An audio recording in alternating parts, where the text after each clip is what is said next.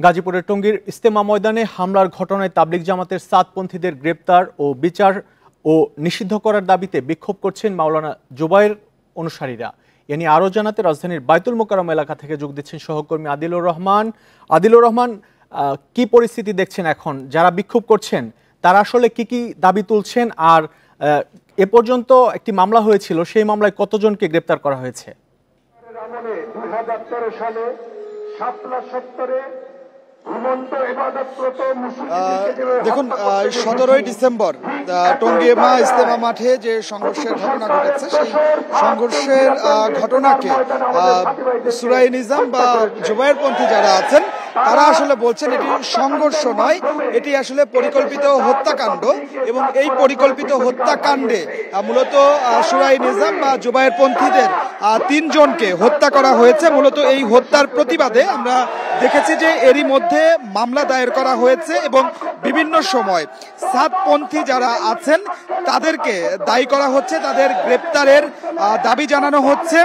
এরই মধ্যে সাতপন্থী বেশ শীর্ষ 3 জন মুরব্বীকে গ্রেপ্তার করা হয়েছে, তাদেরকে জিজ্ঞাসাবাদ করা হয়েছে এবং গত কয়েকদিন আগে আপনি জানেন যে 25 জনকে অগ্রিম জামিন দেওয়া হয়েছে। এবং আজকে এই জুবায়েরপন্থী বা সুরাই নিজামের যারা অনুসারী যারা আছেন তাদের আজকে যে বিক্ষোভটি হচ্ছে এটি পূর্ব ঘোষিত।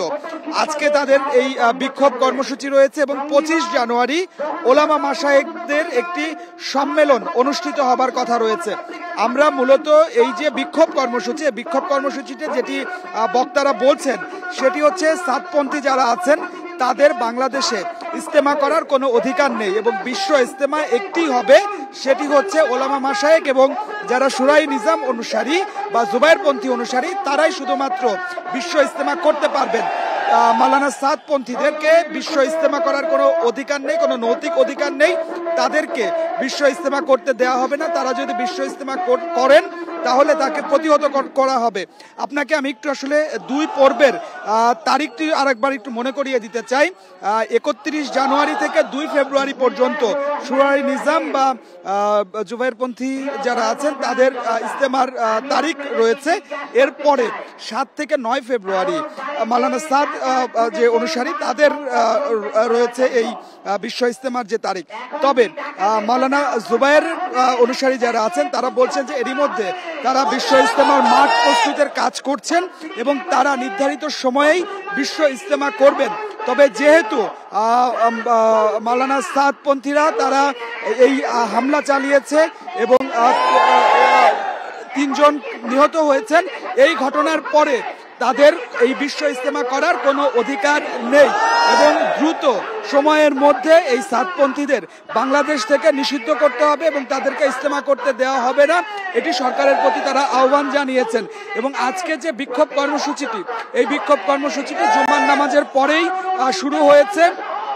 আরো অনেকটা সময় ধরে এখানে বিক্ষোভ কর্মসূচি চলবে এবং শুধুমাত্র আজকে কিন্তু রাজধানীতে নয়, আপনাকে বলে রাখি যে সারা বাংলাদেশে বিভিন্ন এলাকাতেই এই যে বিক্ষোভ কর্মসূচি, এই বিক্ষোভ কর্মসূচি চলছে এবং এই বিক্ষোভ কর্মসূচির মধ্য দিয়েই মাওলানা জুবায়েরের অনুসারী যারা আছেন তারা হুঁশিয়ারি করছেন যে কোনো অবস্থার মধ্যেই মাওলানা সাদের যারা অনুসারী আছেন তাদেরকে ইজতেমা করতে দেওয়া হবে না এবং তাদের যারা হামলার ঘটনা ঘটিয়েছে তাদেরকে দ্রুত আইনের আওতায় আনতে হবে এবং যাদেরকে জামিন দেওয়া হয়েছে তাদের জামিন বাতিল করে তাদেরকেও গ্রেপ্তার করতে হবে, এই দাবিটি এখান থেকে জানানো হচ্ছে। তো আমার কাছে বায়তুল মোকাররম থেকে এটাই ছিল। তাবলিগ জামাতের জুবায়েরপন্থীরা জাতীয় মসজিদ বায়তুল মোকাররমের উত্তর গেটে বিক্ষোভ করছেন, সেই খবর জানাচ্ছিলেন সহকর্মী আদিলুর রহমান।